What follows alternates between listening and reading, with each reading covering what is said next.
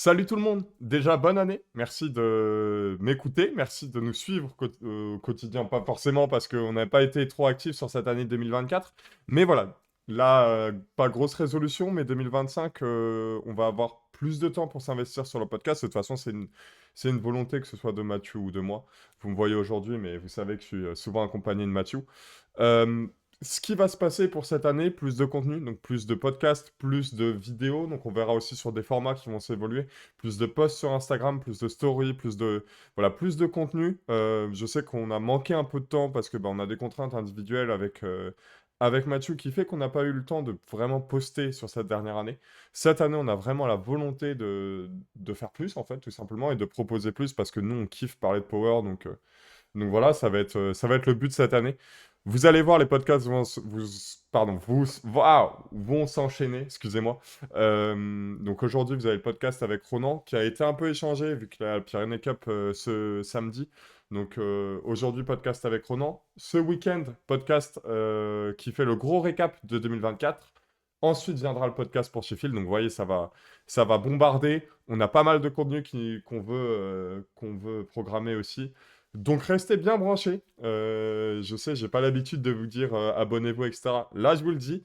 Restez bien branchés et bonne année à tous. Profitez bien du Power et j'espère que nous aussi, on va vous faire kiffer sur cette année-là.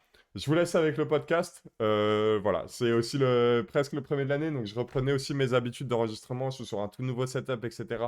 Vous le voyez, le décor en fond est plus le même. Il y a eu pas mal de changements. Mais voilà, donc on reprend bien. La qualité va augmenter au fil de l'année aussi, donc là-dessus, il n'y a pas de souci. Et puis, comme je vous dis, c'est toujours un plaisir de parler de Power. Donc restez bien branchés et je vous souhaite à tous une très agréable soirée ou journée en fonction de quand vous écoutez ça. Et je vous laisse avec le podcast. Ciao tout le monde! Salut tout le monde! Alors, je suis déjà sur la mauvaise scène, ça commence super bien. Salut tout le monde! On se retrouve pour un tout nouveau podcast, putain, avec un invité. Je pense qu'il y a peu de monde qui s'attendait à le voir sur le podcast, mais ça me fait super plaisir qu'il soit présent parmi nous. On se retrouve Enchanté. parce que il y a une compétition qui va avoir lieu. Alors, j'ai plus les dates, je crois que c'est dans 10 jours, un peu moins de Ouais, 10 c'est le jours. 18. C'est le Ouais, c'est ça, 18 à peu près janvier. 10 jours. Donc, la Pyrénées Cup, c'est la troisième édition, si je dis pas de conneries, C'est et ça. qui, alors, oppose des, entre guillemets, athlètes émergents. On aura l'occasion de revenir dessus, c'est des athlètes émergents, donc entre la France et l'Espagne. Et du coup, chaque année, c'est soit nous, la France, les accueille, donc on les a accueillis l'année dernière, c'était à Bordeaux. Je crois que c'était à Bordeaux. La première année, c'était à Bordeaux. L'année dernière, c'était en Espagne, à Malaga, si je ne me trompe pas. Ouais, Ouais, c'est ça, c'était à Malaga. Et là, cette année, du coup, on est à Saint-Jean-de-Luz, près de ok, oui, Biarritz. d'accord, ouais, ok. Donc j'avais inversé les deux années. Mais bref, du coup, une année en France, une année là-bas. Et c'est une compétition. L'année dernière, elle avait pris un peu de hype parce qu'il y avait eu Pata et Ciel qui avaient gagné. Et du coup, tout le monde s'était en mode waouh, nouvelle compétition, etc. Mais c'est une idée intéressante de la Fédé. Alors, à savoir que voilà, c'est une compétition entre guillemets internationale, donc avec exigences internationales, pardon. Et puis du coup, Ronan, qui est avec nous ce soir, va y participer l'année prochaine. On aura l'occasion de revenir sur son année, parce qu'une année assez particulière pour Ronan. Moi, j'ai les insights parce que on est quand même assez proches, mais je pense qu'il y en a plein qui soit te connaissent pas, soit ne suivent pas ce que tu fais. Et du coup, on aura l'occasion de revenir en détail, mais déjà, comment tu vas et puis merci d'être là. Bah, écoute, ça va très bien. La grippe qui m'a foudroyé en début de semaine. Mais à part ça, en vrai, ça va. La prépa s'est bien passée. Il reste encore quelques entraînements sympas, notamment demain matin. Mais sinon, en vrai, à part ça, en forme, franchement, j'ai pas grand-chose à dire sur ça. Tout va bien. Ah bah, eh ben, nickel. On va revenir un peu sur ton année. Alors, et je fais hop, un petit transit. Donc, t'as pas l'écran affiché, mais j'affiche ton Open IPF, tout simplement. Donc Ronan, je crois qu'on s'est connus. Ça devait être, je sais plus si c'était 2018, je pense. 2018, 2019, peut-être 2019, voire 2020. 2019. 2019 ou 2020, enfin 2019. bref, dans cette transition-là. Pourquoi on s'est connus? Parce qu'on était tous les deux en Bretagne à cette époque-là. Euh, et puis, bah, chacun a fait sa route. On avait le même potentiel, mais on l'a pas exploité de la même manière. Ah, il y a Et des non. histoires de potentiel aussi. Et pour revenir, du coup, euh, un peu sur le palmarès, des premières places en championnat de France de bench, pas en FA, il me semble, si je dis pas de conneries. Bref, aussi. En fait, j'ai fait, Au championnat de France, ça, je dis, hein. ouais, en France, ouais. Ouais, Championnat de France. En fait, dès mes premiers France, j'avais fait deuxième ouais. en junior 93 en 2021. J'avais refait deuxième en 2022, toujours en 93. 2023, là, j'étais passé en 105. J'avais fait troisième malgré le compète atypique. Euh, Après, il y avait eu les France Elite 23 aussi. 2023 aussi, oui, où là, du coup, j'avais fait cinquième, parce que du coup, là, j'étais catégorie open, donc à un niveau quand même beaucoup plus gros. Et ensuite, il y a eu du coup la phase de creux, parce que je m'étais fumé le dos, c'est ça. Et après, je suis revenu après sur les France, les derniers France 2024 et France Open, où j'ai fait troisième. On va revenir sur cette période parce que je pense que c'est la plus intéressante entre, bah, du coup, en novembre 2023 et en juillet 2024 parce que, bah, du coup, comme je disais, ayant eu les insides, il s'est passé quand même pas mal de choses. T'as un petit pop, on le voit sur ta carrière, du coup, quand t'arrives en 2023 avec des gros 770 de Toto en moins de 105, etc. Mais du coup, ouais, t'as cette blessure. Alors, je me rappelle du screen de ce qui avait été envoyé. Je crois que tu l'as même. Je sais plus si c'était en story ami proche ou en story public. Où t'avais partagé en fait le diagnostic. Ou si c'est même Ouais, peut-être en post. je l'avais mis même en poste sur le Ouais, en récap de post. l'année. Et du coup, Euh, ouais, bah, une année qui a été entachée parce que bah, tu pouvais plus bouger. Je sais pas si c'est littéralement ça. je sais pas si tu peux en parler un petit peu. En gros, du coup, j'avais fait mes France 2023 Open, c'est bien passé. Je ressortais, je m'étais déjà un peu fait mal au dos, on va dire quelques mois auparavant, mais c'était, on va dire, assez mineur. Euh, j'ai fait ces France, ça s'est bien passé, j'ai continué la prépa et tout. T'es un peu dans l'élan de hype post-compète où tout va bien, ça se passe bien. Il y a eu, on va dire, 2 mois, ouais, on va dire, plus ou moins bien où j'étais vraiment fort. Après, ça a pété, mais genre sur vraiment le dos qui a lâché sur une séance en particulier, c'était une séance de terre, je me rappelle. Genre, j'avais doublé 315, j'étais super content. Le lendemain, je marchais plus du tout. Genre, je pouvais plus me lever. Je me suis dit, ah, c'est pas ouf. À savoir qu'entre-temps, j'avais reçu, moi, la convocation pour la Pyrénées Cup 2024. Mhm. Ok, du coup, je n'ai pas participé, mais comme il y avait cette convocation, moi, j'ai fait le choix avec, du coup, Youssouf et Pierre qui me suivaient sur le coaching et la partie réhab, d'essayer de maintenir une intensité pour faire cette compétition. Donc, on a maintenu cette intensité, on a sur toutes les semaines pendant plus ou moins un mois. C'était pas l'idée du siècle, honnêtement. Ça m'a anéanti, mais à un point que bah, j'ai dû me désister de cette compétition. C'est pour ça que bah, je n'ai pas, vous m'avez pas vu y participer l'année dernière, malgré la sélection. Et du coup, on va dire de plus ou moins jusqu'à fin novembre, jusqu'à peut-être mai, juin, on va dire, j'ai quasiment rien fait en termes de force parce que juste je pouvais pas. Dans le sens où je pouvais faire un squat les premières semaines, enfin faire un squat à 120, alors qu'à ce moment-là j'avais un corps à 270. Faire un squat à 120, c'était impossible, mais dans le sens où juste déraquer la barre, c'était chaud. Parce que du coup, je vais vous retrouver parce que j'ai même plus le diagramme entier en tête. J'avais du coup des compressions nerveuses au niveau discal. J'en avais trois.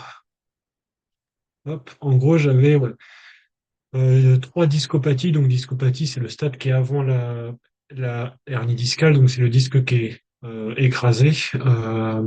Après, il y a différents stades, mais il y en a une en gros qui fait pas grand-chose. C'est un disque qui est écrasé, mais il a pas trop de conséquences qu'il vient en contact avec rien.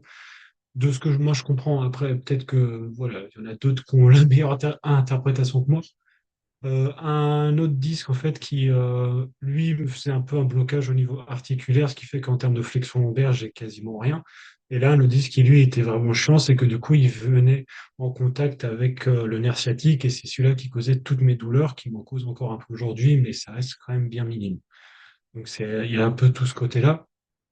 Donc j'ai attaqué, on va dire, un processus de réhab extrêmement long parce que du coup moi je me suis fait mal en fait fin novembre, de fin novembre jusqu'à début janvier, on a maintenu une intensité pour cette Pyrénées Cup 2024, mais ça a été pas du coup le bon choix. Après ça, on a décidé de s'arrêter parce que vous voyez très bien que ça servait à rien dans le sens où il y a une séance, je suis arrivé à la salle en me disant, bah là, cette séance-là, ce sera la séance, on va dire, ultime pour voir si je fais ou pas. Euh, j- J'avais encore à 320 au terre. Sur cette séance-là, j'ai pas décollé 230. Enfin, j'ai décollé 230, mais que d'un côté parce que la jambe droite ne voulait plus pousser, ne voulait plus se contracter. Donc c'était un peu chiant. Pour faire de la force, c'est chaud. Le squat, on n'en parle pas. Le bench allait bien, à l'inverse. Ça, au moins, c'était une petite consolation. Et du coup, ouais, ça c'était, on va dire, mois de janvier. J'ai du coup pris la décision avec Youssouf et Pierre de pas faire cette compétition parce que au bout d'un moment, ça sert à rien d'y aller pour faire un total à 500 et quelques et encore parce que c'est pas l'objectif. Euh, du coup, on a entamé un protocole de réhab vraiment pour juste au début me faire souffler, changer un peu le truc, me faire bouger différemment, juste pour sortir un peu du monde de la force et se changer les idées, tout simplement. Euh, on a mis quand même un peu de temps à comprendre en fait pourquoi ça marchait pas trop, tout ce qui était réhab et tout, parce que ça me causait encore beaucoup de douleur. Il y avait vraiment des séances après les squats où le lendemain, pareil, je pouvais pas me lever du lit, je pouvais pas bouger, c'était chiant. Euh, Ensuite, il y a eu l'IRM du coup qui est arrivé au mois de mars, où là du coup on a vu concrètement ce que c'était, on a pu mettre en place plus de choses, c'était beaucoup plus efficace. Et là, j'ai commencé à revenir petit à petit, mais vraiment petit à petit dans le sens où mes premières barres à plus de 200 au terre, elles sont arrivées, je crois, mars, janvier, février, mars. Elles sont arrivées ouais, peut-être au mois d'avril, les premières barres à plus de 200 au terre et au squat, parce qu'avant je pouvais juste pas. On est resté quand même très prudent sur ça. Il y a eu quelques rechutes et compagnie, parce que malheureusement, il y en a toujours. Et on va dire, c'est passé le mois de juin où vraiment j'ai pu me sentir un peu plus en confiance sur les entraînements. Il m'a dit, OK, là, je peux pousser sur des charges sympas. Je commençais à revenir, par exemple, sur des 270 au terre, sur des 240, 250 au squat, avec des RPE très bas pour pas me péter, parce que forcément, un RPO, tu te défixes et tout. Moi, j'avais pas cette manœuvre du je peux me défixer un petit peu et ça passe quand même. C'est non, moi, je me défixais, c'était fini.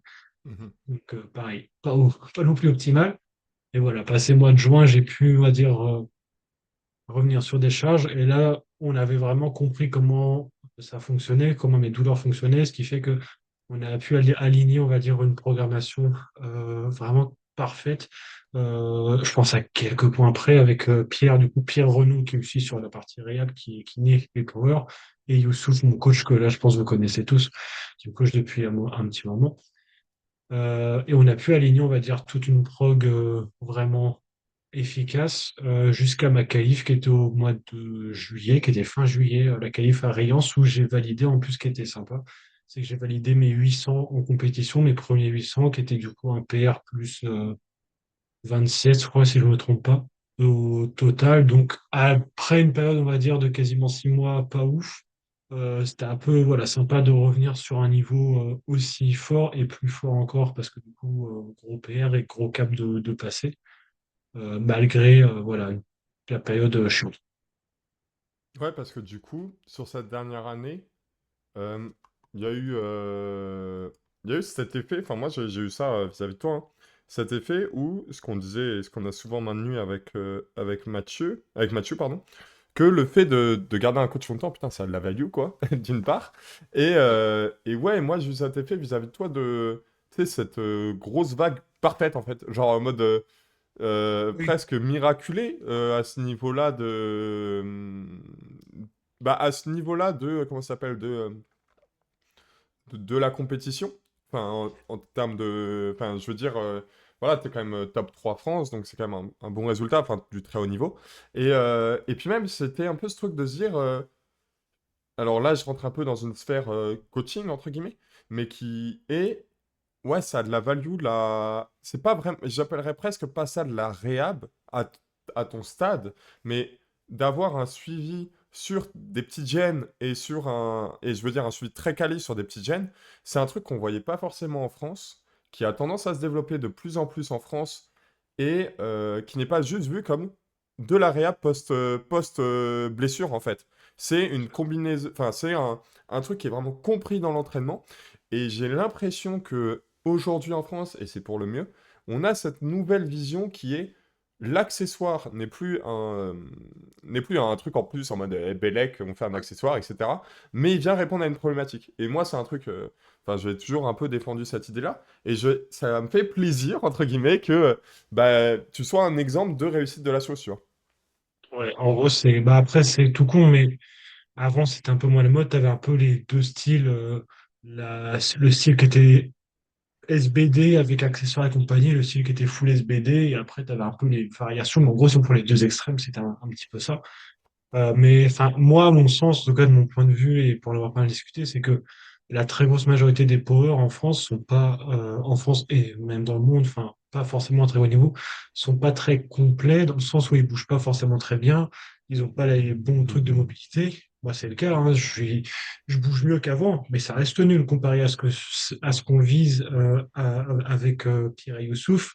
On a quand même l'ambition que je bouge quand même mieux que ça. Et le fait de pouvoir bouger juste mieux au quotidien, bon après, on n'est pas handicapé non plus, mais si tu bouges mieux au quotidien sur tes différents lifts et tout, tu es juste plus fort d'une manière globale. Et quand tu es plus fort d'une manière globale et pas que sur des mouvements squat, bench, dead, bah en fait, tu es juste plus solide. Parce que imaginons, c'est un peu l'exemple facile, mais si, imaginons sur un squat, tu sors de ton axe parce que tu es un peu fatigué ou je sais pas quoi, bah, tu te retrouves dans une zone, un axe que ton corps connaît pas et tu es juste fragile en fait sur ce plan. Alors que si tu es un mec qui, on va dire, complet et vraiment solide de manière globale, tu peux sortir de ton axe. Bon, c'est pas l'objectif, c'est parce qu'on sait que c'est pas optimal, mais tu vas pas le subir autant. Genre, tu vas pas avoir une déperdition de force et de technique monstrueuse parce qu'en fait, musculairement, tu vas pouvoir réussir à te reprendre. Et du coup, tu n'as pas cet effet blessure. Genre, d'un coup, tu sais, tu sors de ton axe et t'es un peu, je sais pas, l'exemple de l'association du dos qui pète tout de suite. Parce que, bah, voilà, tu sais quand Tu me même te parles. débrouiller sur d'autres axes. Tu me parles, là, tu... Le Je doc qui sais, pète tout de suite. Pow. je sais. Euh, Merde, monter. Non, mais ouais, donc quand même un bel exemple. Et puis, bah, du coup, on rentre vraiment dans le vif du sujet, qui est la Pyrénées Cup. Mine de rien, alors, quand on voit la sélection française, elle a quand même de la gueule. Je sais pas si tu as pu jeter un œil dessus, mais on a des beaux noms, notamment chez les gars, j'ai l'impression plus que chez les... Plus que, alors, j'allais dire plus que chez les filles, je suis désolé les filles, mais on a des beaux noms chez les gars, je pense à... Notamment aux deux petits, enfin deux petits, même Paco, hein, aux trois mecs qui sont en dessous de toi en termes de KT. Sacha, ça pousse en 66. Oui. Jules Deméo, je sais pas si tu connais, mais ça pousse en 74. Le nom, je vois qui c'est rapidement, c'est avec ses perfs en tête, je les ai plus. Paco, je Euh, connais très bien et très fort pour le coup. En termes d'indices, je pense que c'est un des meilleurs, hein, Paco, sur les Ouais, mecs. Paco, ouais, je pense aussi. Mais alors, ce qui est étonnant, alors, enfin, pas ce qui est étonnant, mais disons que Paco, si on fait un petit retour sur qui il est, Paco est un peu, entre guillemets, baisé par la catégorie, je dirais. Dans le sens où, bon, alors, il est encore très jeune, mais, la 93, c'est quand même assez bouché en France. Maintenant, c'est steak, hein. C'est Ouais, comme les 83, ouais, ouais. Mais, et tu te dis, ben, putain, Paco, hein. il se fait presque baiser par la catégorie. Il a fait des très beaux championnats de France où il finit quatrième. Donc, je crois que c'est derrière au moins ouais, Guillaume Jean-Marie Flore, Gabriel Beck, Pierre Renaud. Et en plus, bah, du coup, il y a Quentin Fabrechi qui est blessé et Richmond Biden qui n'était pas venu. Donc, ça veut dire que le mec, putain, il fait quatrième dans une belle caté, mais il y a du monde, Mais il quoi. manque encore des gens, ouais. Ouais. Et avec un très gros total, mais Et du coup, et puis encore jeune, hein, il a 21 ans, 22 peut-être maintenant. Et tu dis, bah putain, lui, je pense qu'il va faire du bien à la sélection française. oui. Et, euh, et j'ai hâte de le voir en vrai, j'ai hâte de voir ce qu'il a donné. J'aimerais bien qu'il passe la barre des 800. Je sais pas, j'ai pas du tout suivi ses entraînements et tout, mais Bah, il poste pas trop non plus parce que bon, on a un peu tous cette volonté nous, de pas trop se montrer, mais il a moins largement de faire 800 honnêtement parce hmm. qu'à l'entraînement il les a déjà fait, en compétition il les a déjà frôlés parce que des fois ça joue à un essai ou du coup je crois au France je sais plus combien il avait fait, mais Il a fait l'essai suivant, 7,97,5, mais il est visé, je crois, troisième. voilà, et l'essai suivant le faisait monter à plus de 800, donc du coup en fait ça se jouait tout le temps. Donc en soi, il fait un match parfait ou juste il se fixe l'objectif de faire un gros total et il les a largement. Mhm. Donc ouais, il y a un profil intéressant. On va revenir un peu sur chacun. Sacha, pour ceux qui connaissent pas, c'est un petit 66 qui commence à pop. Je sais pas si tu vois qui c'est, toi. C'est parce que c'est un petit de la team Costock. Ah, il va m'en vouloir. Non, non, non, c'est un petit qui a fait 6-15 lors des derniers championnats de France, en moins de 66 à 19 ans, à 18 ans, pardon. Ok. Oui, Donc oui. assez intéressant aussi. Et là, je crois Oui. qu'il a total un peu plus de 650, je crois, en SBD. Ouais, Donc donc, oui, solide pour un 66, voilà, bah, à proche cet des âge-là, 80. ouais, c'est solide. Il Et donc, s'approche des 700, pas encore à 700, mais il est sur la bonne voie. et du coup, le dernier que j'ai en tête, bah, c'est Jules de Méo. Jules de Méo, qui est, pareil, un petit jeune de 18 ans qui a fait 6,70 au France. Donc, il passe un peu à la trappe de pas mal de monde, mais il faut savoir que 6,70, c'était presque Toto des champions de France il y a quelques années. Donc là, il fait 670, il est 9e au championnat de France. La 74, c'est aussi une catégorie un peu bouchée, jusqu'à qu'on ait un mec qui pop, soit Yann, mais jusqu'à qu'on ait un mec qui pop vraiment, vraiment.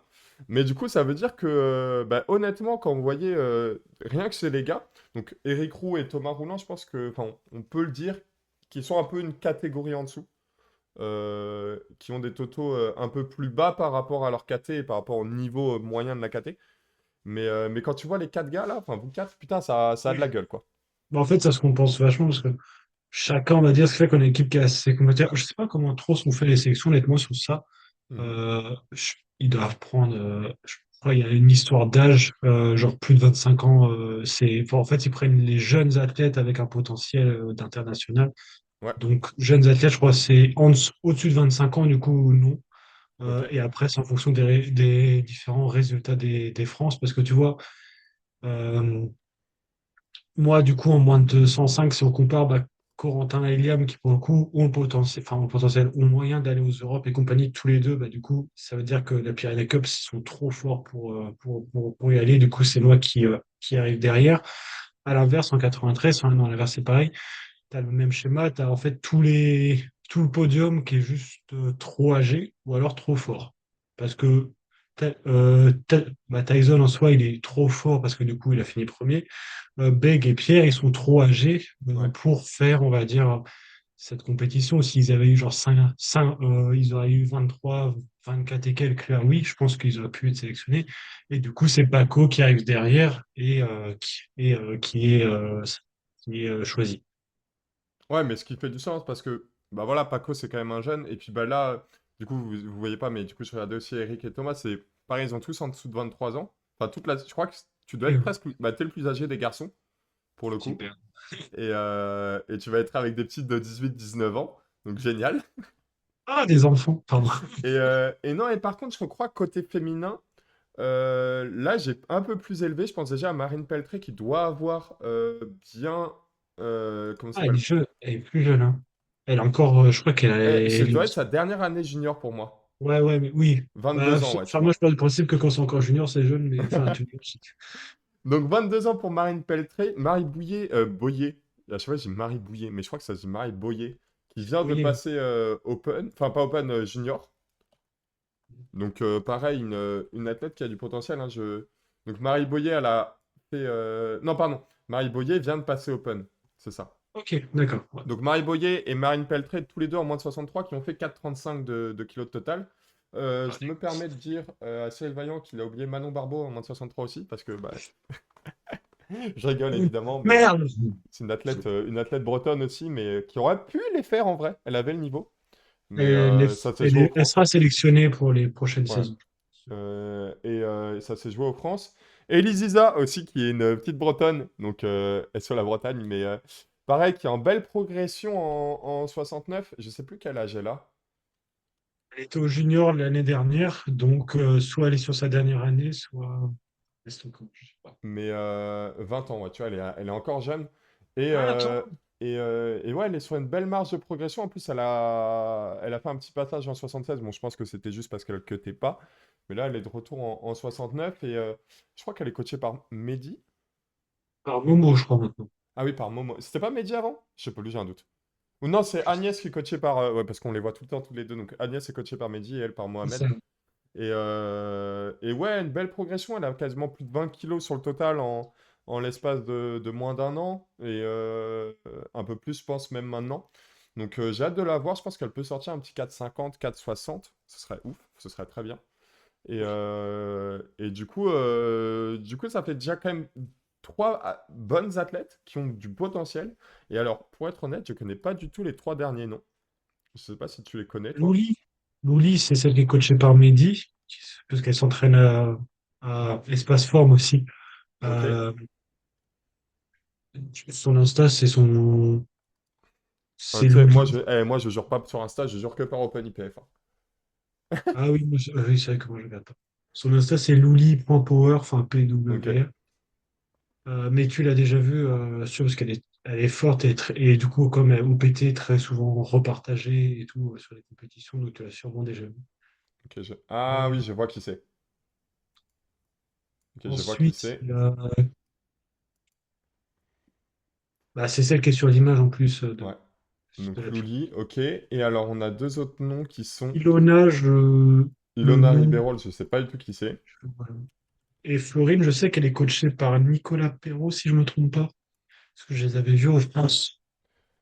Ouais, donc Ilona Perrol qui est à peu près du niveau de Luli aussi, hein, autour de 4,80 de total en moins de 76. Et Florine qui est du coup Florine Touraine qui a 480 total en moins de 84. Et pareil, 22 ans. Donc ouais, pareil, une sélection féminine qui est intéressante. Disons, en fait, c'est un peu compliqué le rapport à nos KT féminines, étant donné qu'on a la meilleure équipe féminine du monde. Ouais, Et c'est compliqué d'avoir ce petit truc de se dire, bah putain, on a des têtes montantes. Et oui, on a des têtes montantes, parce que c'est pas parce qu'on a des Lia Bavoil qui vont faire des 600 de total en moins de 63 que ouais, c'est derrière, en moins de 63, 4,35, c'est pas déjà une belle performance pour un junior, quoi. clairement. Ah, c'est ça, c'est là, c'est très bien d'avoir enfin, c'est excellent d'avoir des athlètes au top mondial, top un et top 2 et quelques. Mais du coup, ça met à l'ombre, on va dire, ceux qui sont un peu derrière et qui sont quand même très forts. Donc après, c'est bien, c'est l'avantage de ces événements, c'est que ça permet de mettre en valeur un peu tout le monde. À mettre un peu sur le pied d'égalité et pas forcément les mettre en valeur, mais permettre, on va dire, à des personnes bah, comme moi qui n'ai pas encore le niveau pour faire des Europes et mondes, de refaire des compétitions inter sur, sur ce genre de choses. Mhm. Et du coup, on va jeter un petit coup d'œil quand même sur la sélection espagnole. Alors, je crois que je connais aucun nom. Ouais, Mais alors les moi, je te Espagnols. dis, je suis allé voir personne. Je ne connais pas du tout le truc. Alors, hop, je vais vous l'afficher. Alors, elle est très mal affichée, je vais vous régler ça. Alors, j'ai Attends, fait des bêtises je vais en me la plus. remettre sur moi. Sur... Alors, hop, je fais des bêtises. Donc, hop, tac, tac, tac. Donc, alors, Pyrénées Cup. Ça fait vraiment. Moi, je pensais qu'elle était sur comment ça s'appelle, sur Goodlift, et je l'ai pas vu sur Goodlift, c'est bizarre. Non, c'est une compétition qui est pas sous EPF. C'est une compétition qui est organisée entre l'AEP, l'organisation, la Fédération espagnole, et la FF Force. C'est pour ça qu'en fait, c'est un peu à part. C'est pas une compétition officielle. Enfin, officielle, ça reste officiel, mais c'est pas une compétition qui est reconnue EPF. Je crois. Je dis peut-être une connerie. Si j'ai une connerie, bah, Charlotte, elle me chopera le week-end prochain. Mais Alors, et du coup, je vais essayer. Alors, est-ce que tu as les noms en tête, toi, avec toi? là, je les ai devant moi, là. Ok, et ben dans ce cas, je vais les afficher un par un sur OpenIPF, et comme ça, on va checker qui ils sont. Ok, vas-y. Alors là, j'ai J'ai Lucas. Comment il s'appelle déjà, Lucas? Cherubino, Ouais, ok, Cherub. Gonzalez. Donc 20 ans en moins de 105 qui total 750. Ben voilà ta concurrence. Combien t'as dit au total? 750. Ah ouais, merde. Ok, deuxième nom. Bon, et tu sais quoi, on va faire 1-0 pour la Mais France. attends, c'est quoi son nom de famille à lui, t'as dit? Cherubino Gonzalez. Ok, oui, donc oui, c'est bien. Ok. Ok, donc deuxième. On va faire, est-ce qu'on va faire 1-0, 2-0, 3-0? On va voir combien de la France va gagner. Vas-y, deuxième nom. J'ai Daniel Caballero. Après, en fait, je comprends pas. Qu'est-ce que Ouais, je suis mais en train de... parce qu'ils ont fait de la merde. Ok, Daniel Caballero, son dernier total, c'était en mai 2024, c'est 750. C'est quel KT, ça aussi? 93. Ok, déjà plus solide, ouais. Il peut y avoir un petit match avec Paco. Est-ce que tu vois le screen que je t'ai envoyé sur WhatsApp? Ouais, Parce ouais, qu'en j'ai. fait, je suis en train de lire, je ne comprends pas pourquoi il y Attends, a... mais moi, Tu je vois, viens t'as d'afficher mon Johan WhatsApp à tout Cruz. le monde, Et T'as là. Johan Cruz, qui est peut-être aussi en 105 et qui est plus haut, parce qu'en fait, je comprends pas pourquoi c'est Et je un pense qu'ils nom ont mis par plus. plateau ou je sais pas quoi. Mais en fait, il n'y a qu'un seul plateau. C'est que. Ou alors, ils ont mis les réservistes dessus. Je sais pas. Johan Cruz, il a 6,50 en moins de 74. À 20 ans. Pas mal. Oui, là, oui, clairement. Ok, Oui. continuons. Ah, on a Daniel Torvisco. Torvisco, Torvisco, C-O, pardon. Daniel Tarvisco Otto, 27 ans, 93, 600 kilos de total. Ah non, mais attends, je crois ça. Je vais retourner sur la con. Parce que je sais que le fichier est mal foutu Ouais. et qu'en fait, on a aussi les noms des coachs qui sont mélangés. Ah, Donc, c'est il peut-être y a pour peut-être ça. Donc coach. pour vous Je montrer pense. le fichier, c'est celui que vous voyez là, donc je l'ai mis. Ah, mais c'est peut-être pour ça en fait. Mais alors pourquoi ils sont que 9? 1, 2, 3, 4, 5, 6, 7, 8, 9, 10, 11. Bah oui, c'est pas possible. Mais c'est possible qu'ils soient moins nombreux que la France? Qu'il y ait moins d'athlètes que la France? Non, mais il y a les filles aussi. Bah oui, Donc non, les mais les filles. filles, elles sont 4. Mais t'es en Par train contre, de moi, m'expliquer. moi, il y a un blaze, Raquel, ou je sais pas comment on prononce, de la Caillé. Euh, Raquel de la Caillé, qui est cette personne? Parce qu'elle a un vrai blaze. Je Raquel de sais la pas. Caillé Labarzana, 44 ans, 432 total. Elle va faire. Elle, c'est une coach. Elle, c'est une coach, du coup, 44 ans, c'est sûr. Mais je comprends pas leur truc en fait. Je pense qu'il y a des coachs, ils ont fait n'importe quoi. Je comprends pas non plus le truc. Parce que je sais. euh, Moi, Paul en fait, je connais. Belmas.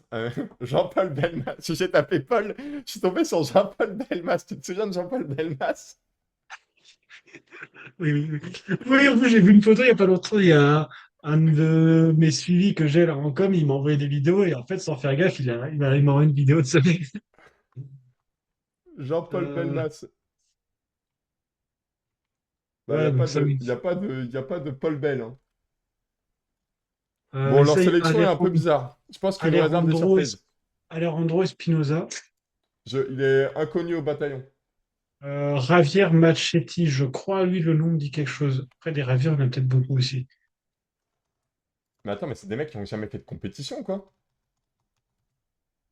Bah alors, ton outil Open IPF, il est pas à jour. Mais non, mais ils ont pris des dopés, je pense. Ils ont pris des gens qui... Attends, mais je vais aller sur Open Powerlifting. Ils ont pris des gens qui ne sont pas en IPF, en fait. Super, ça va être marrant. Mais non, mais il est inconnu au bataillon, Javier Machetti, il a jamais fait de compétition. Bah, peut-être qu'il a jamais fait. Il faut bien commencer un jour. Enfin, tu me Non, mais diras les son gars, prix. ils ont cru que c'était des premiers pas. Mais pourquoi je trouve personne? Francisco Bermejo, là? Qui es-tu? Moi, je ne cache pas que je ne sais pas trop. Pour le coup. Ouais, c'est un Attends, peu bizarre. Je pense qu'il faut pas trop s'en fier, hein. parce que là, tu me diras, enfin, tous ceux qu'on a vus, qu'on a trouvés, bah, ils sont tous en dessous par rapport aux autres de nos catégories, Ouais, etc. ouais, pour le moment, on a tout gagné, hein. On verra janvier, mais ouais, c'est vrai que c'est bizarre. Même Christina... Ah, tu vois, Christina Gonzalez, 18 ans, moins de 63, 4,22,5. Ok, solide. Là, Donc ok, là, bien. ok. Patricia Moreno. Tu sais quoi, je vais regarder un petit peu quand même. Patricia Moreno, 21 ans, moins de 57, 397. Ouh, solide.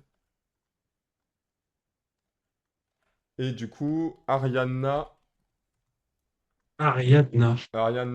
Et c'est quoi? Ariadna Mena, moins de 57, 395 kilos Ouais, donc en fait, c'est un peu bizarre. Leur screen est un peu bizarre, hein. Ouais, c'est le screen que j'ai reçu moi comme ça, et on a que ça malheureusement. Ok. Euh, Bah alors écoute, j'ai vu un mec, j'y ai pensé, on a envoyé ça à la salle et pour retrouver son Insta, bon courage. Euh, un mec qui avait posté un réel et tout, un espagnol que moi quand j'ai tombé sur le réel, j'avais trouvé fort. Voilà. J'avais trouvé assez fort et après il annonçait qu'il participait à cette compétition, mais ok. je sais plus du tout son nom. C'était pas un gros, hein, enfin pas un gros. Oh, putain, bah, je me retrouve. C'est pas Euh, un gros. C'est pas un poids lourd? Bah, en fait, c'est tout con, mais c'était un moyen, genre pas un 66, parce Et que pas 66, un 105. c'est pas un gros non plus. Ou alors c'était un 105, mais il était tout petit, quoi. Mais en vrai, c'est quand même. C'est quoi? Ça fait participer au charme de la compétition. J'ai toujours trouvé cette compétition beaucoup trop chill. Et je trouve que ça participe Ah. au charme de la compétition. En fait, du coup, on va tout découvrir sur le moment, quoi. Ouais, mais est-ce que la victoire importe beaucoup? Bah, étant donné qu'on a déjà gagné 2 fois, oui, clairement. Oui, mais. Ah, mais attends, par contre, question intéressante. Est-ce que la main. Ouais, oui. Je veux dire, est-ce que la main équipe française bat la main équipe espagnole? Mais bien sûr que oui. Ah oui. Genre, si attends, c'est quoi? Si on prend les 12. Ah non, c'est quoi? C'est 6 athlètes ou 12? C'est Ah ouais, c'est mais même non, pas mais en ça. fait, non, mais en fait, c'est. En fait, il n'y a pas de match. Je pense à ça, mais il n'y a vraiment pas de match. Non, non, les côté Non, parce qu'en fait, je France, m'étais dit, mais ça se trouve, si on prend filles et garçons confondus, les 12 meilleurs, mais oui, on les explose. clairement. Mhm. Oui, oui, c'est sur ça, oui, c'est un peu le truc, c'est que bon, en soi, la France, on est un des pays les plus compétitifs, on est, je crois, bien Ouais, mais justement, troisième, en fait, genre, l'Espagne, je trouve que l'Espagne, tu vois, c'est nation naissante, pas nation naissante, mais nation qui émerge dans le power, et on a de plus en plus clairement. d'Espagnols qui arrivent. Parce qu'il y a 3 ans, ils étaient nulle part, et maintenant, Et, et maintenant ils ont des athlètes vraiment balèzes. C'est comme l'Italie. ouais, L'Italie, comme avant, l'Italie. ils avaient quelques bonnes têtes, et là, maintenant, j'ai l'impression qu'ils sont partout. Et comme l'Italie, mais tu vois, genre, j'ai presque envie de te dire que le, sur j'ai presque envie de te dire, bah, genre, est-ce que ce serait pas plus intéressant d'aller taper la Grande-Bretagne, tu vois? Oui, pourquoi pas? Parce que la Grande-Bretagne, ils sont aussi ultra compétitifs, donc il faudrait faire un accord. Parce que du coup, c'est des organisations qui sont interfédérations, donc il Mm. faudrait voir avec eux Et en puis fait si après, ils sont plus dans l'Europe aussi, c'est relou. ouais, c'est vrai qu'en termes de logistique, ouais, ça Il faut demande des là du coup passeports et tout pour tout le monde. passeport, ouais, passeport. Après, c'est une compète inter, hein, donc moi ça me choque pas. Genre si, enfin, tu me diras, tant que tu vas pas au championnat du monde, théoriquement, tu sors pas de l'Europe. Mais bon, Mais du coup, est-ce que comme tu l'as déjà fait, tu la considères vraiment comme une compète inter? euh, franchement, c'est sympa. C'est alors après c'est sûr que j'ai jamais fait de compète inter, genre les grosses Hmm. monde ou Europe, mais j'ai fait, du coup, j'ai quand même fait, là, du coup, ça ma troisième compète internationale, entre guillemets mineure, parce qu'elles sont moins importantes. J'ai fait la WEC aussi en 2022. Et franchement, oui, entre la WEC et la Pyrénées Cup, il y a un monde. La WEC, c'est beaucoup plus impressionnant et c'est que la WEC. Alors, sur un monde et tout, on participe, je peux même pas imaginer, mais il y avait réellement une différence parce que après, tu as un peu le truc la Pyrénées Cup, c'est bien, mais en fait, c'est une petite compétition qui rassemble peu d'athlètes et c'est que français et que espagnol. Donc, un truc Mhm. tout con, c'est que quand tu arrives, t'as pas beaucoup de monde euh, parce que aussi la com est optimisable, mais ça, c'est autre chose. Euh, et t'as pas énormément de monde et ça parle français ou espagnol. À la WEC, t'arrives, ça parlait irlandais, ça parlait anglais, ça parlait espagnol, Hmm. enfin, ça parlait dans tous les sens, plein de différentes. C'était une compétition qui était sur 2 jours en plus, donc vraiment plus d'athlètes de manière globale, donc aussi public plus important. Euh, donc ouais, c'est en vrai en termes de classement, genre t'aurais la Pyrénées Cup qui serait la petite compète inter, donc qui est vraiment bien pour initier le truc, enfin, pour permettre à des athlètes qui n'ont pas le niveau d'aller plus haut pour l'instant de faire de l'inter. Après, je trouve que tu as tout ce qui est la WEC qui est au-dessus en termes de prestige et de classe. Tu as l'Arnold en vrai. par rapport à l'organisation, je considérais que c'est au-dessus parce que l'Arnold, c'est vraiment monstrueux. Et c'est de Et après, l'invitational en plus. Ah non, c'est pas de l'invitational, c'est de l'inscription sur liste. Enfin, et ouais. inscription, c'est ça. Mais je considère que c'est. Enfin, disons que je crois que c'est plus facile d'y aller parce que du coup, c'est si tu y postules, entre guillemets, bah, tu peux être sélectionné comme ça. C'est pas une histoire de sélection. C'est vraiment toi qui viens. C'est un peu comme Ouais, Micro. après, fais pas trop le mec à dire que toi, t'as été de l'élite et que t'es sélectionné parce que... Je rigole. Je suis pas sélectionné, j'ai jamais postulé, mais si j'y vais, je pense pas que je peux être Moi sélectionné à aussi, je ça. pense. Ah bon, Sur je les sais pas. dernières Arnold, là? Je sais pas. Bah, les dernières Arnold, ils auront pas lieu. Oui, non, mais Les d'accord, mais tu prochains. vois, sur les précédents... Ah, en vrai, je je... sais pas, j'ai jamais. Bah, il y avait Eliam qui avait participé au Ouais, précédent. mais alors, je Qui l'avait crois fait? que Rick... Rick and Diff Oui, il y avait Rick aussi qui avait fait, oui. Non, Rick les a pas fait. Ah, mais il était enregistré quand même avec 800 de total, hein. Mais c'était le premier... Ah là, je te dis peut-être des conneries. C'était quand les Arnolds? Non, c'était avant le Ceinture Carmine d'hiver? Attends, je vais aller sur le. Oui, non, oui, bah oui, c'était les Arnolds de cette année. Et du coup, je sais plus s'il avait pu s'inscrire avec son total du Ceinture Kermit. Mais je crois que s'il avait été inscrit avec 765 de total, c'était le premier à ne pas pouvoir à ne pas pouvoir la faire. Tu vois, c'était le premier À ne euh, pas être sélectionné. ouais, dans les non sélectionnés. Ok. Parce que tu vois, là, je viens de voir Eliam, quand il les avait fait, du coup, ces derniers, là, il avait sorti 837. Donc, en soi, je suis pas loin derrière, mais je suis quand même 17 kilos. Donc, 17 kilos, c'est à la fois beaucoup et un essai, tu vois. Ouais. Oui, et puis il avait fait 837 et il avait fini 12e.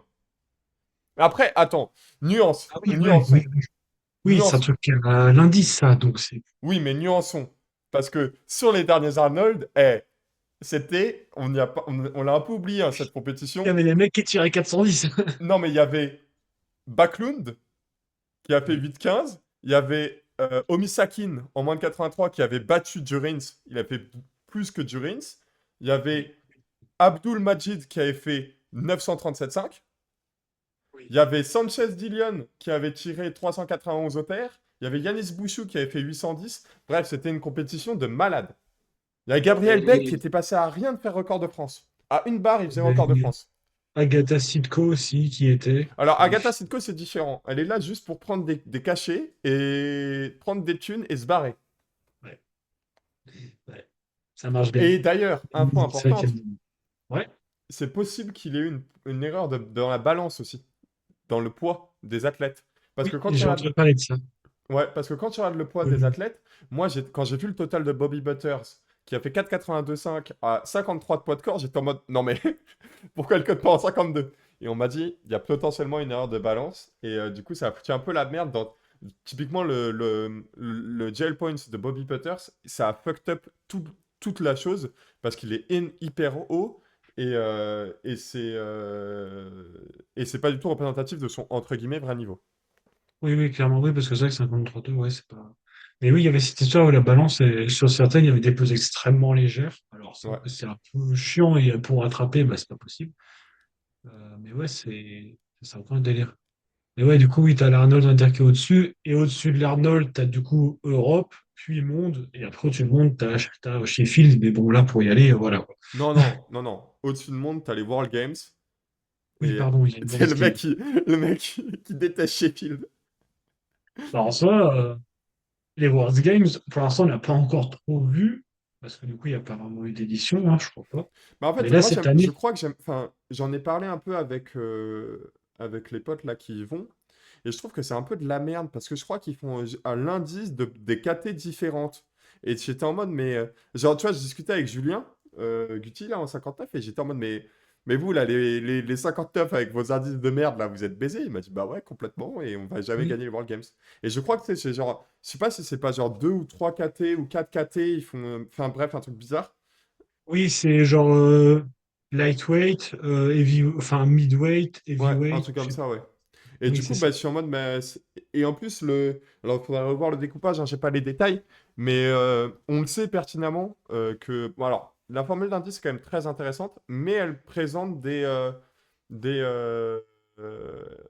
comment ça s'appelle, des déficients, tout simplement parce que quand vous regardez les meilleurs indices du monde, bah, les 59 et les 66, ils se font quand même un peu baiser. Alors peut-être que là, ça va changer si Kiel, il fait un total de ouf, mais moi, je ne suis pas du tout un believer de Kiel, j'y crois pas du tout.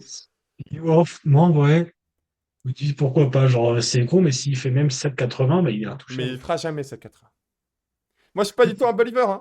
Moi j'ai dit qu'Assamson va gagner les mondes. Il a gagné les mondes. Moi, j'ai dit qu'Assamson, il va mettre une drill à Kiel et tout le monde sera en mode, ok, d'accord, qui est cet J'attends homme? de voir. J'attends de voir. Et du coup, En non, mais vrai, et du coup, c'est ouais, pour ça, en pour le fait, les coup, World Games. Bah, en fait, Sheffield, c'est drôle parce que tu sais, c'est record du monde, nanani, nanana. Les World Games, si c'est à base d'indices, bah, la formule, elle est pas parfaite, quoi. oui. Après, le format de Sheffield, il est pas non plus parfait parce que Mais non, mais pas du t'as tout. un peu, t'as un peu toujours, bah, en fait, le gagnant, c'est con, mais c'est le plus fort de la catégorie la moins Ouais. exploitée. Parce que tu regardes, l'année dernière, c'était chez les filles, tu avais Sitco qui Mm. avait tout exploité, donc Bon, de toute qui a façon, fait le c'est podium, énorme.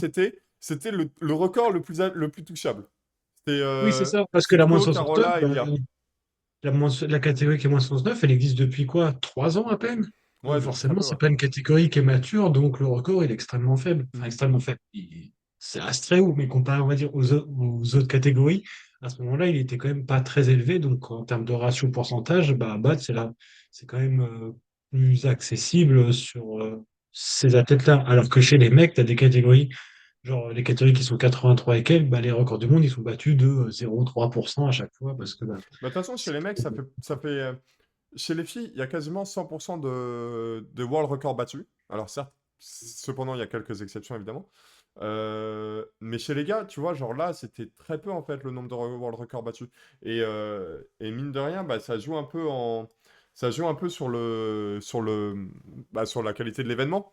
Et donc moi, je suis un yes man, hein. Moi, j'avais dit que tout le monde allait battre le record du monde. Ça n'était absolument pas le cas.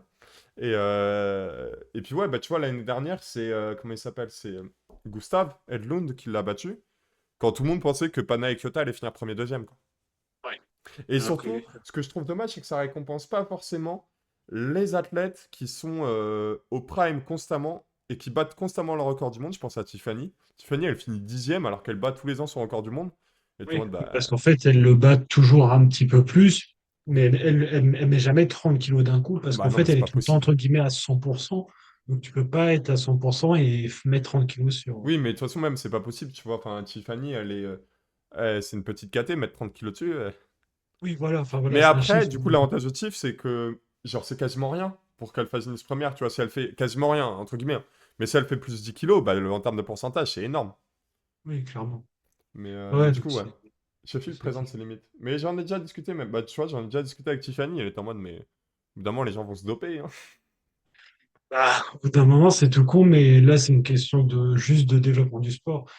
Dans tous les sports, c'est ça. Plus tu as d'enjeux financiers, plus tu as de tentations. Mm. Et en fait, bah maintenant, c'est tout con, mais se doper, c'est accessible.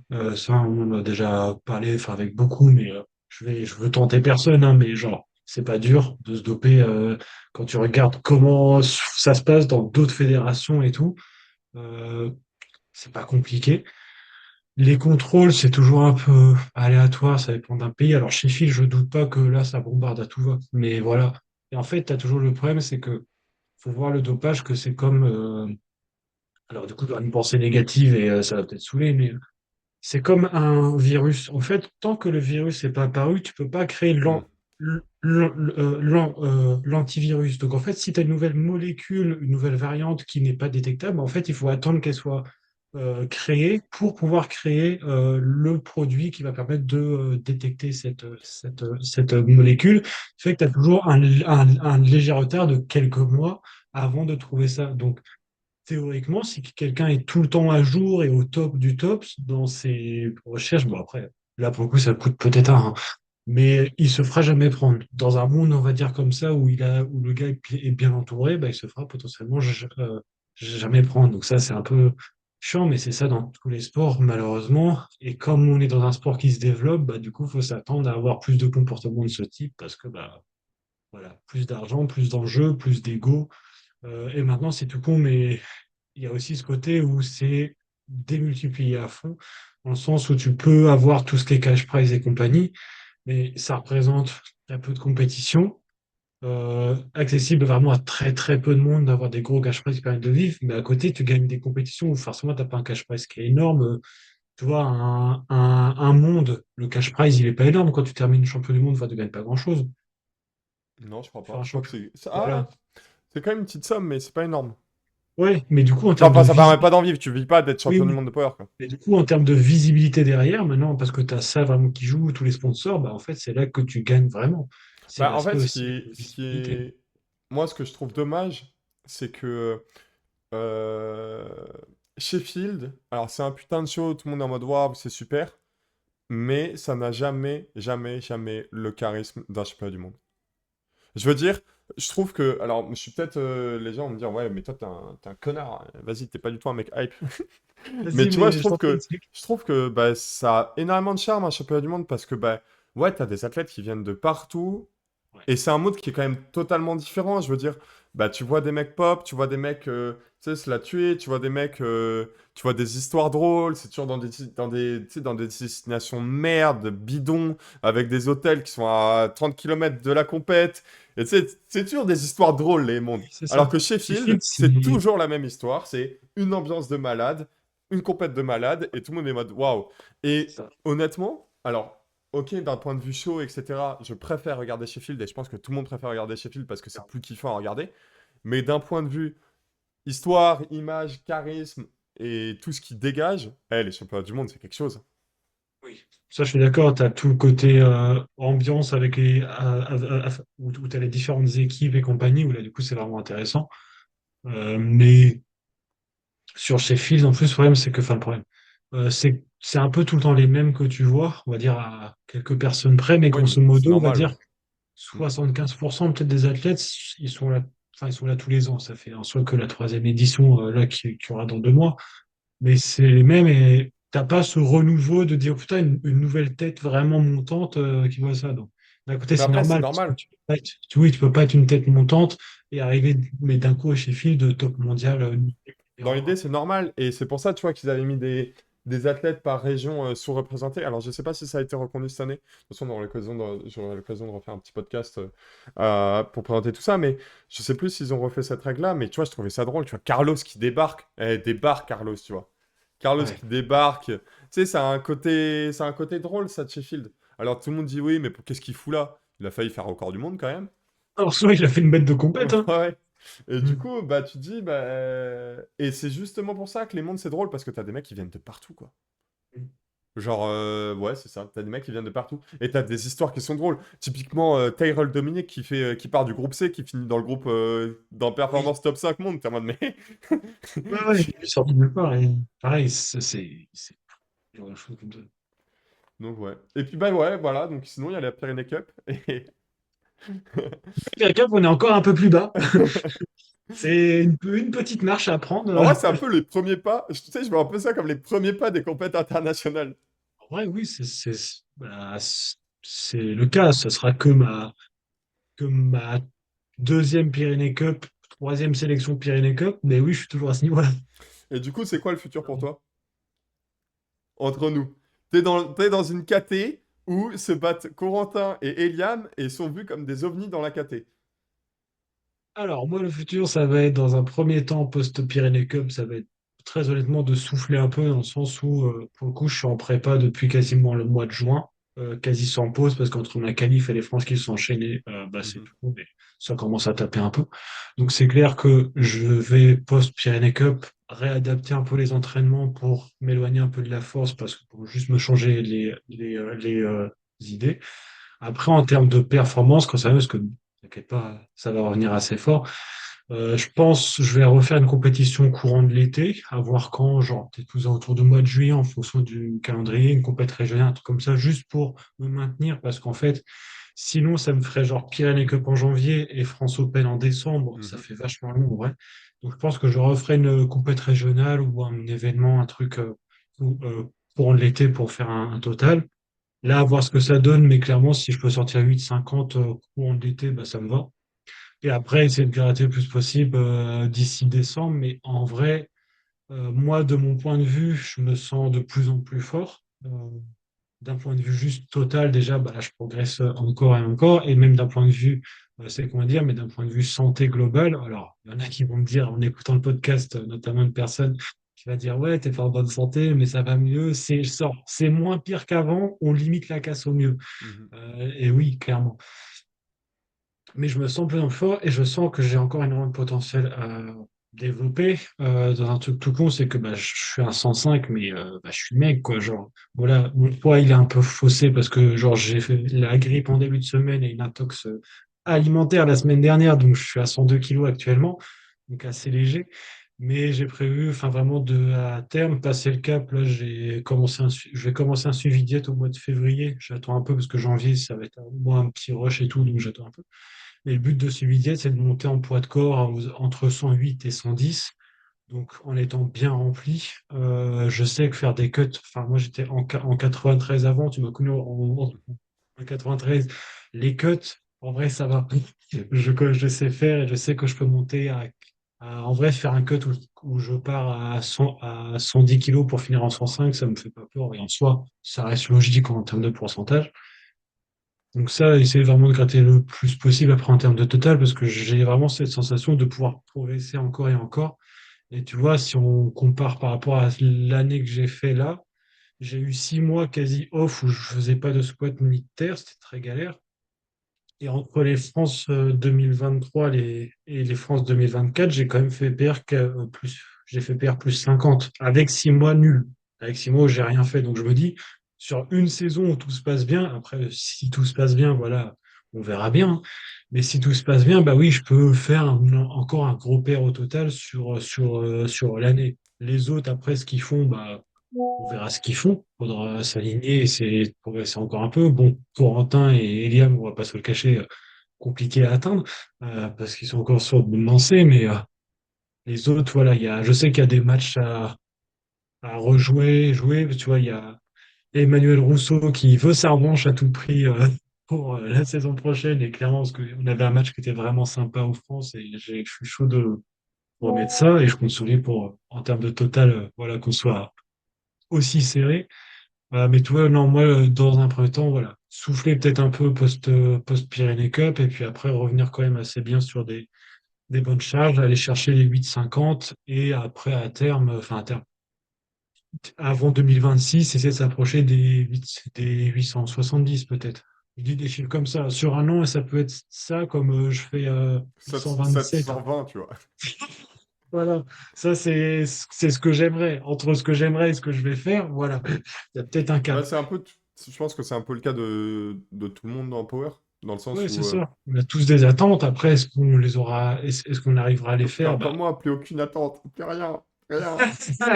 ouais, mais à un moment Déjà, donné, déjà être pain-free et s'amuser dans son garage, très bien, ça me va très bien.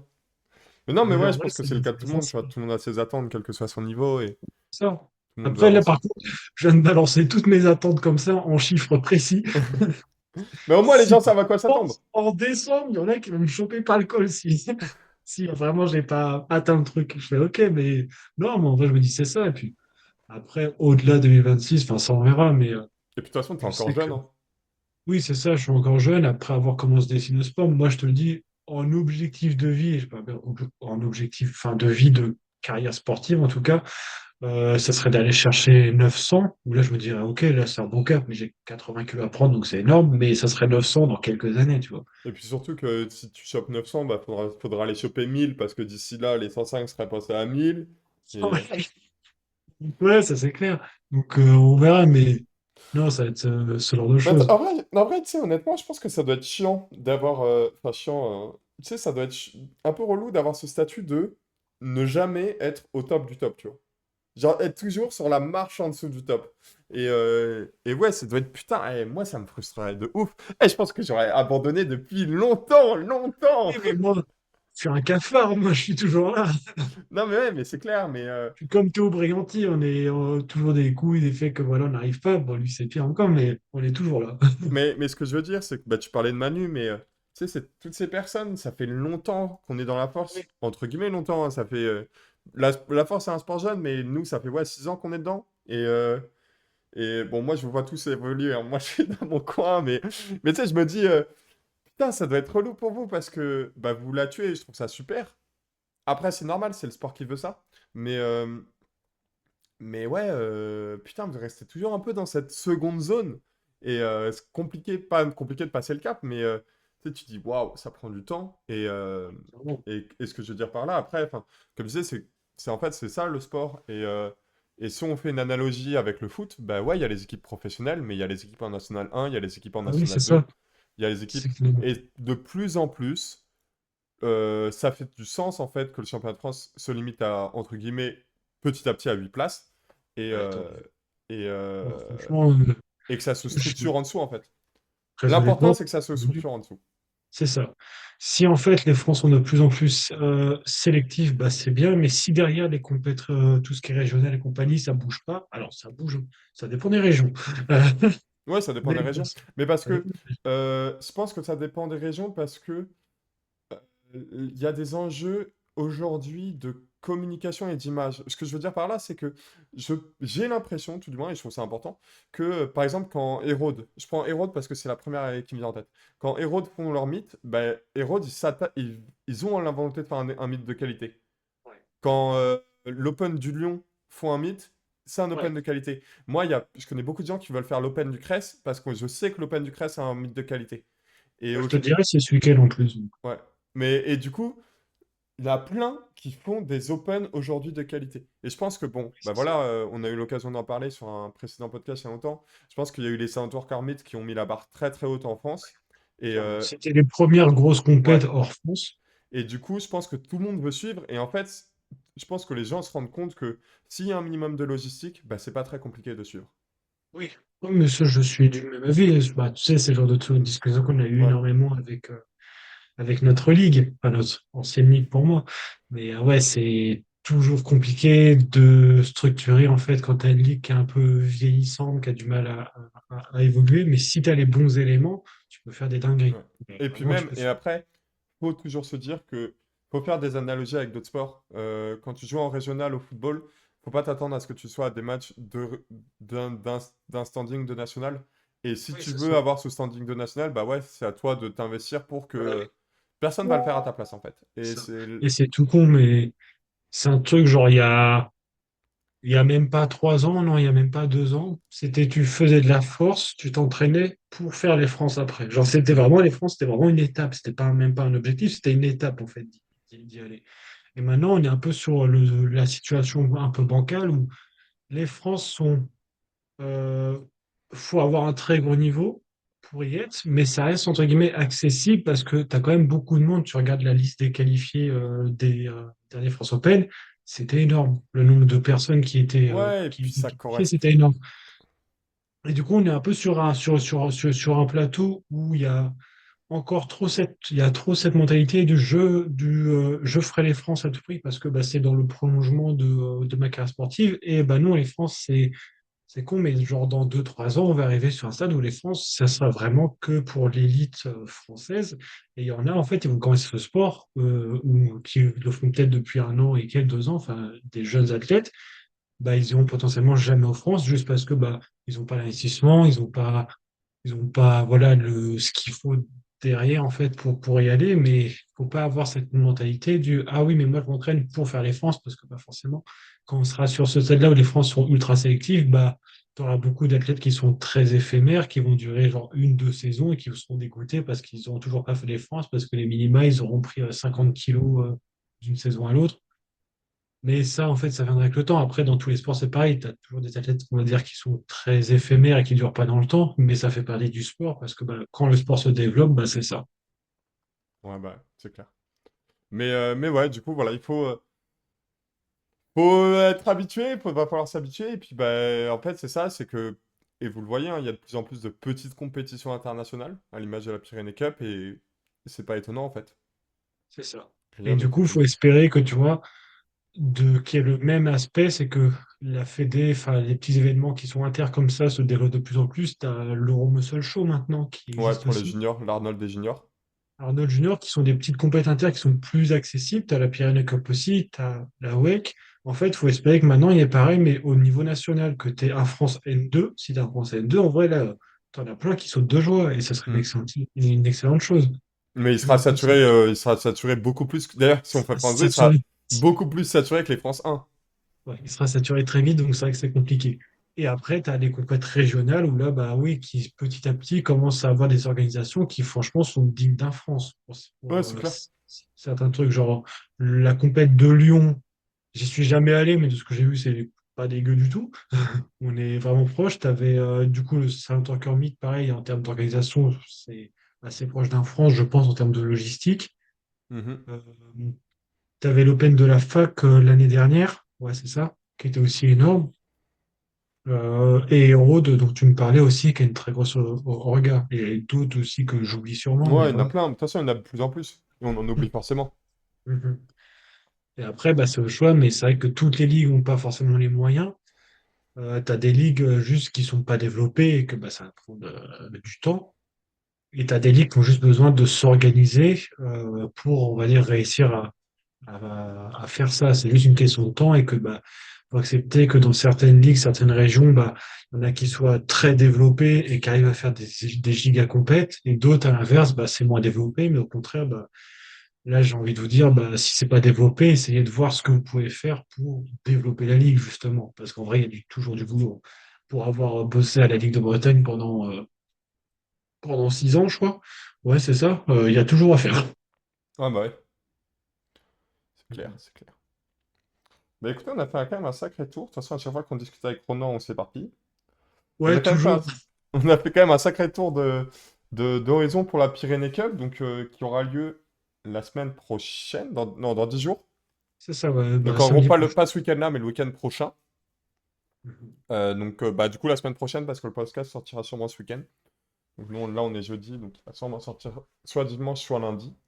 Et du coup, bah, je crois que c'est retransmis sur YouTube en plus, donc n'hésitez Ouais, pas à ce jeter sera un petit coup transmis sur d'œil YouTube.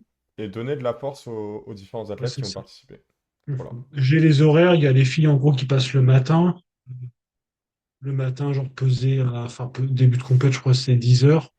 Attends, je vais te dire ça. Où elle est Charlotte, elle m'avait envoyé un message. En gros, ouais, les filles, c'est pesé à 8h30, donc du coup, compète à 10h30. Et les gars, c'est pesé 13h30 ou 14h, et c'est à confirmer. Donc la compète à 15h30, 16h. Ok, eh ben, très bien. Donc vous êtes tous au courant et n'hésitez pas à checker tout ça. Et puis bah, n'hésitez pas à nous retrouver sur nos différents réseaux qui sont Avec Instagram et plaisir. YouTube. Au plaisir de voir si on va m'écouter ou pas. Ciao tout le monde, merci à tous. Merci pour l'invitation. Salut.